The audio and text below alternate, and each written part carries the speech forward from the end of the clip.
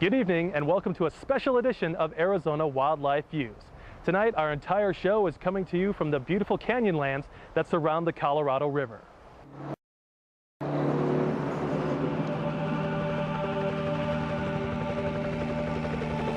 Far, far away from the noise and pollution of the cities, there is a canyon.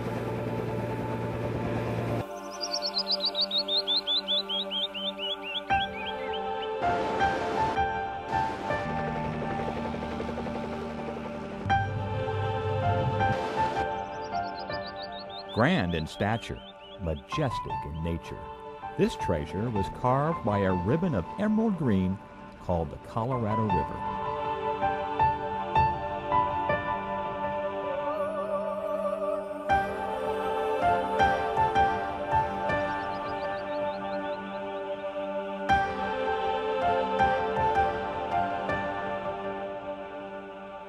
Navajo sandstone gives way to cool and refreshing waters that have traveled miles from their original headwater. Markings on the sandstone walls give evidence to the canyon's original inhabitants.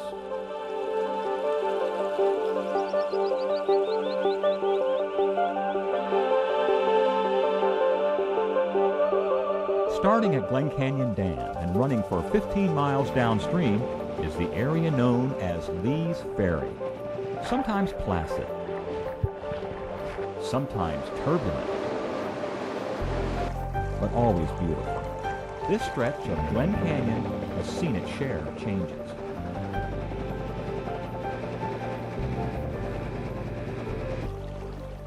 Changes I've seen in 20 years. It's a volume. Oh, there he is. Patience pays off. I've been fishing on this river since about 1967 as a child, but I've been guiding up here since 1987. I'm going to try to get this fish out of this fast water if I can.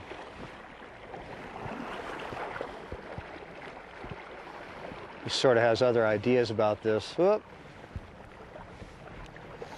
Oh well. I think it was kind of funny, you know, we fished dead drift up here just as a matter of course, and I kind of put a little swing on that and he nailed it. I wasn't quite expecting it. The ferry has undergone a lot of changes in that period of time. The ferry was known for many, many years for a very large fish. It was probably one of the 10 best trout fisheries in the world. There was a lot of fish caught on this river in the double digits. Today, due to changes in the water nutrient levels, the lake levels, water chemistry in general, our fishery does not produce the fish that we've seen back in the 70s and early 80s. Double-digit fish are non-existent. Currently, the fishery produces a lot of fish between 12 and 16 inches. They're great fish, they fight hard, they're in good shape right now. This is 4 Mile Bar, and it's this entire bar, for the most part, is composed of gravel that's the right size for spawning fish. And that's what these fish should be doing right up in here. They come up here either to spawn, or they come up here in order to eat the eggs of the trout that are spawning. So it's centered around spawning activity. The spawn this year was it really didn't get going at all until March, and it's probably about 1% of what it should normally be. But here at the end of April, there are a few fish up in the red still, and that's kind of what I'm fishing for here. As a child, I remember being almost nobody on this river. There days you come out here many days in a row and nobody would be on it. Today, it's one of the more popular trout fisheries in the country, and especially right now with the drought conditions that are affecting Arizona and the West, the Lee's Ferry trout fishery maintains a good population of fish and flows that are adequate to sustain that population. The low water we see in a lot of the other rivers in Arizona does not affect this river at all. There are probably a dozen places on the river that we normally fish. They all fish differently at different flow levels. Typically we like to fish riffles. A couple of reasons for that. It's an area where the water is oxygenated. It's an area where there tends to be midge hatches out of. There's food there. And they're typically areas where there's some protected water that the fish can sit in. And then access food that is being washed down the river. So riffle areas tend to be very good. I'm putting it about 20 feet above those fish.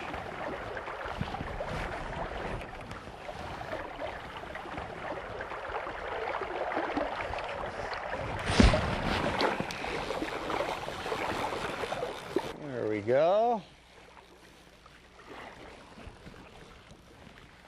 If I can get this guy back out of the current here. Yeah, 20 feet. Allows the fly to get down to the right depth.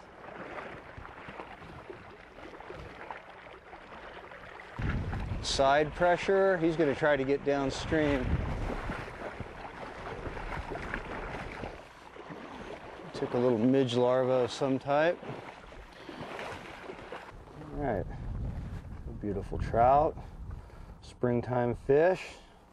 Actually got a little bit of spawning colors on the gill plate there. Bright red stripe. Get him unhooked. Fish barbless up here to make this little process easier.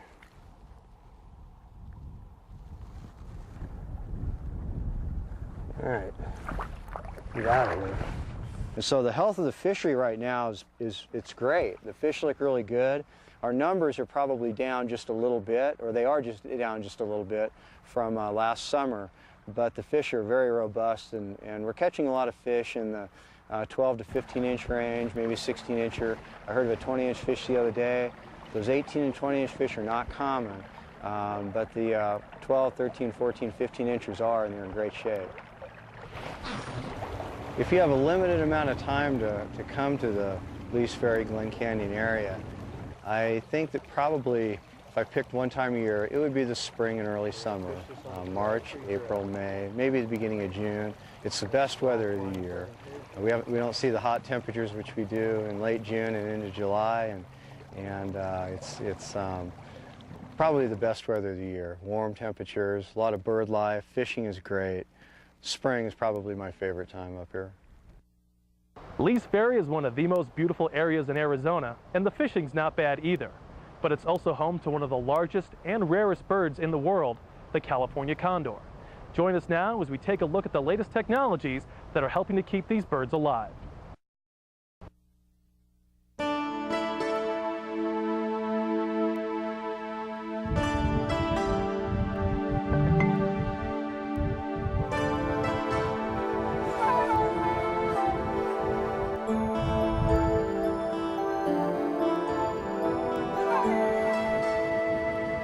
The California condor. Once on the brink of extinction, they are now on the brink of recovery. But it hasn't been an easy journey. 1924 was the last time a condor had been spotted in the wild in Arizona. After that, only a small stronghold of the birds remained on the California coast. By 1982, that population had dwindled to a total of only 22 birds. So in one of the first wildlife recovery programs ever attempted, all the birds were captured, and a captive breeding program was begun. The breeding program was so successful that in 1992 in California and in 1996 in Arizona, condors were released back into the wild. Biologist Chris Parrish has been with the release program since the beginning. I didn't know what we were getting into. I didn't know that we would have birds extending as far out as Flaming Gorge, Wyoming, or as far south as Lake Havasu City and Parker. I didn't think the birds would travel 300 or 400 miles in a couple of days. I didn't think they'd travel 150, 200 miles in a day. So I think that was probably most shocking. It seems as though the birds that had those huge flights were early on. Now that we have kind of a well-established wild population of adult-age birds, breeding-age birds, they pretty much develop their habitats and their territories, which it's only seasonally.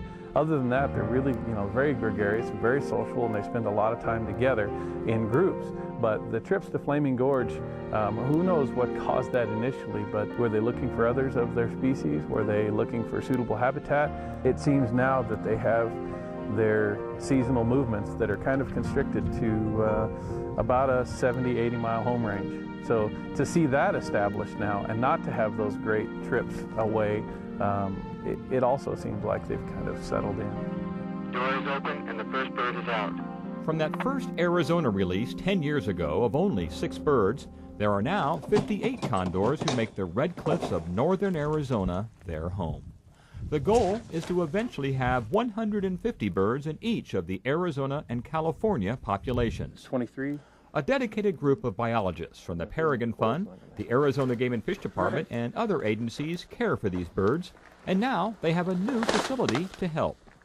Basically, in the early years, we would pull the birds and catch them. We'd have to load them up into a kennel and then drive them down to either Page, Flagstaff, or in the worst case scenario, down to Phoenix. So now, with the increased numbers of birds and the need to treat them now every year for lead exposure, we have this barn now located immediately behind our field station that we've equipped over the years with different things, and most recently with the grant from Arizona Game and Fish, we're able to purchase an x-ray machine so that we can x-ray the birds on site and determine whether or not they have fragments, and then to the next step of what type of treatment.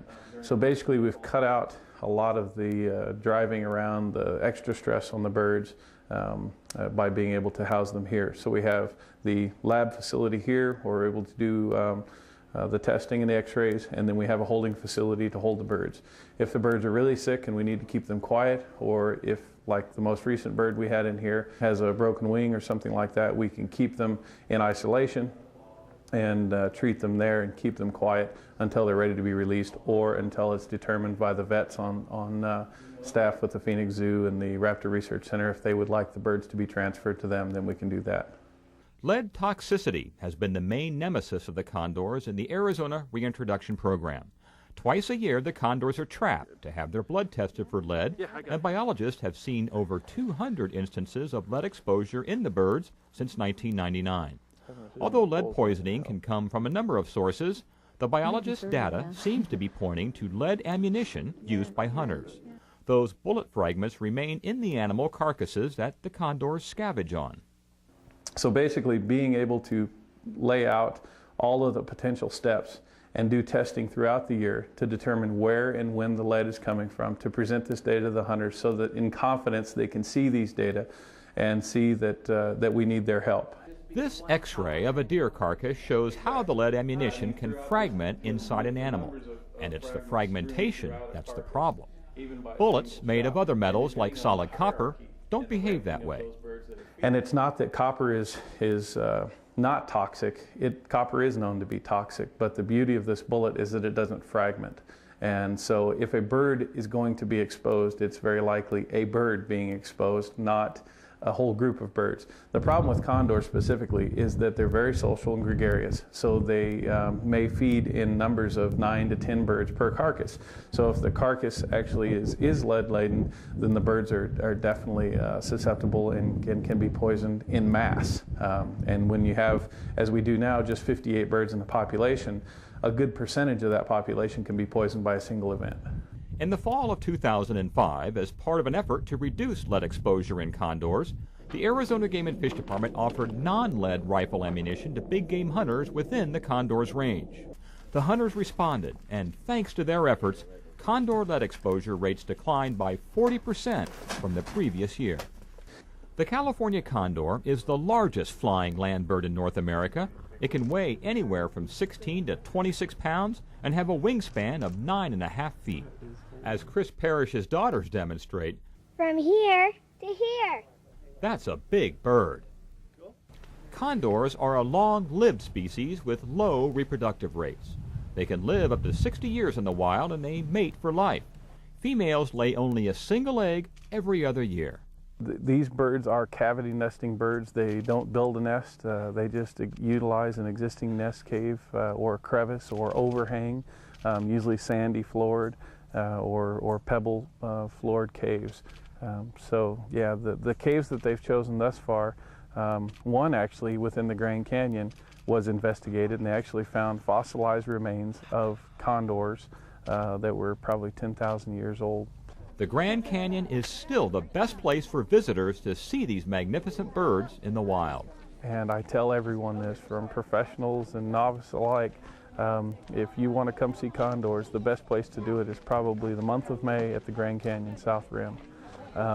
April, you can come up to the Navajo Bridge area from the river from Lee's Ferry to some of the drainages downriver from the bridge to Badger Canyon, some of those places.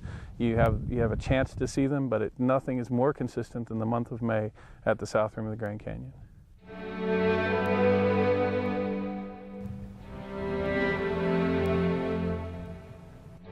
In the new medical facility, there is a board where staffers remember the birds that have died.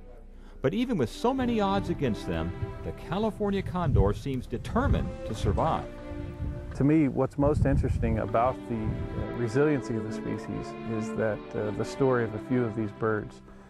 The last bird was captured, AC9, in 1987 on Easter Sunday and added to the existing captive population for captive breeding. That bird was in captivity for some 15 years and produced offspring that were later then reintroduced into the wild of Arizona and California. AC8 and AC9, as I understand it, were no longer producing in captivity, so they decided that it might be a nice experiment to release those birds back into the wild, and maybe they would utilize some of their old historical haunts. In doing so, they might show the younger birds that are being released into the population that are parentless some of the areas and some of those old traditions of how the birds survived before. So AC8 and AC9 then laid another egg, and everything looked like it was going to pick back right up where they had left off after 15 years in captivity. It wasn't too long ago that the idea of California condors flying free again over Arizona was just a dream. They are still one of the most endangered birds in the world, but dedicated biologists like Chris Parrish are beginning to see the rewards of their hard work. I think as a biologist in any field that we work in with any species, when you see the animals you're working with thriving and you see them reproducing, and you just see them in this setting. I mean, I guess we all had visions of what this would look like with condors in this red rock habitat, and of course it seemed like it would be pretty spectacular. But to actually see them thriving and to see them produce their own offspring and to see their young and how they interact with the rest of the flock, I'd say it's most gratifying, as it is with any species, but especially with the condor, because to have an all-time low of 22 individuals and to today have more than 58 in the state of Arizona is, I think that's approaching success. Won't be successful until we have a self-sustaining population, but for right now we have a good start on it.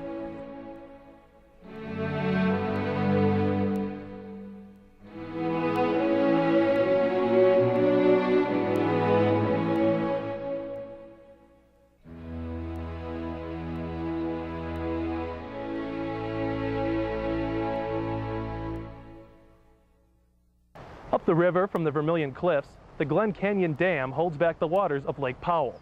Home to many recreational activities, today we're going to focus on just one.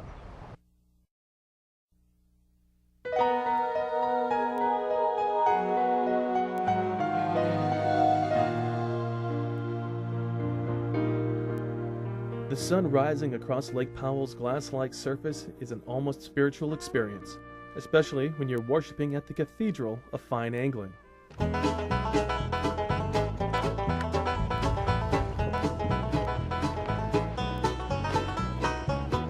Outdoor writer, radio host, and all-around good sport Bob Hirsch has been fishing these waters ever since Lake Powell began forming behind Glen Canyon Dam.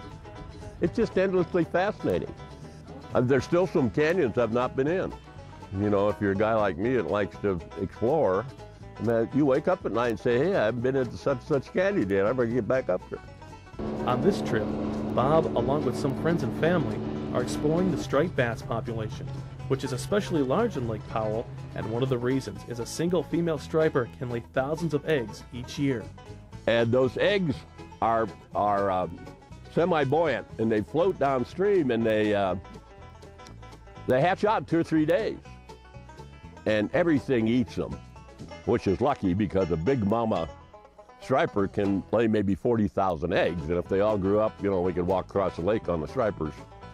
Lake Powell is the second largest man-made lake in the United States. There are so many fish in Lake Powell that I haven't been able to number them, and I've been trying for a long time.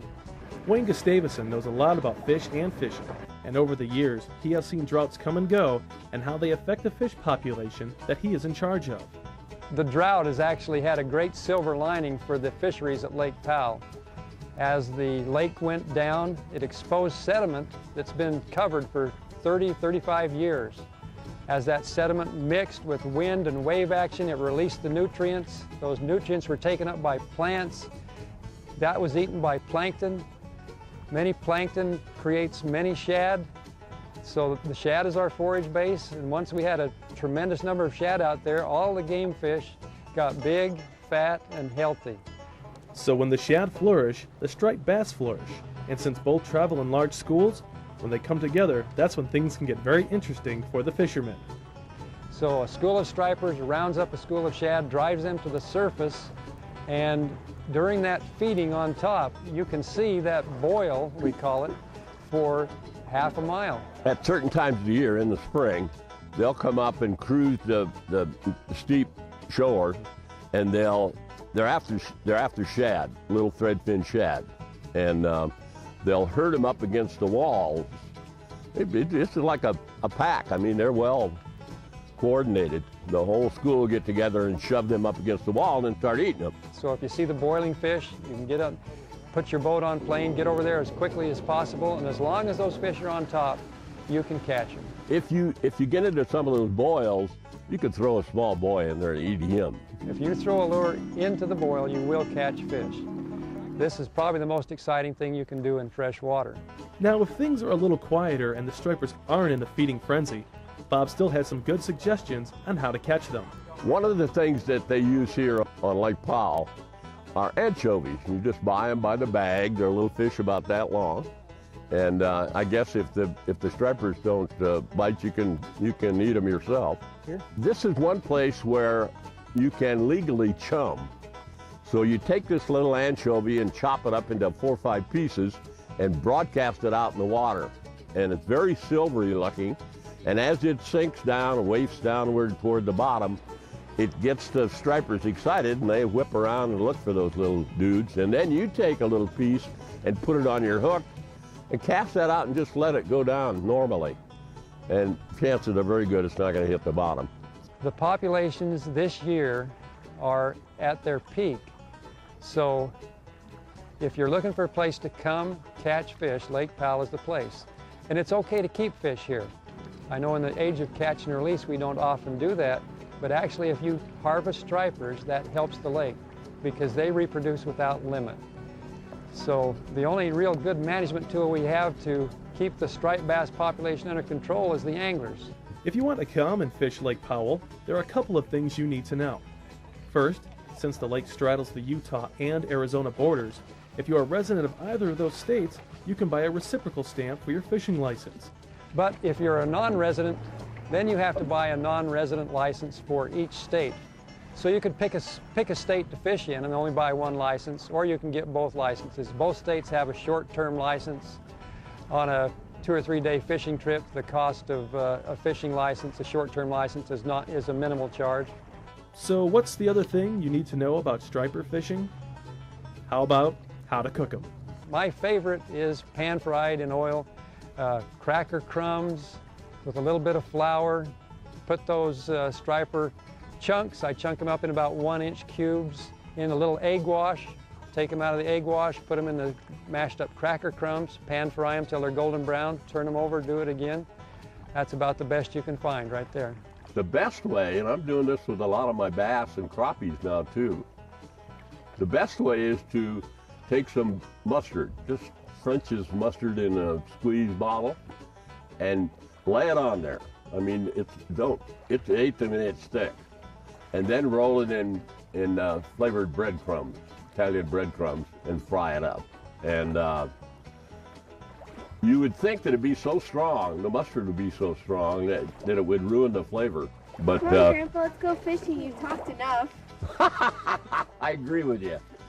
Well, see, if you're not fishing, the next best thing to do is talk about fishing. But you're right. Going fishing is the best of all.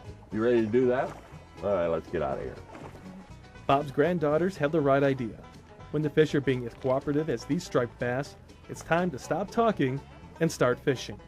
So do your duty, come to Lake Powell, catch a fish, keep it, eat it, have fun. It's a tough job, but somebody's got to do it.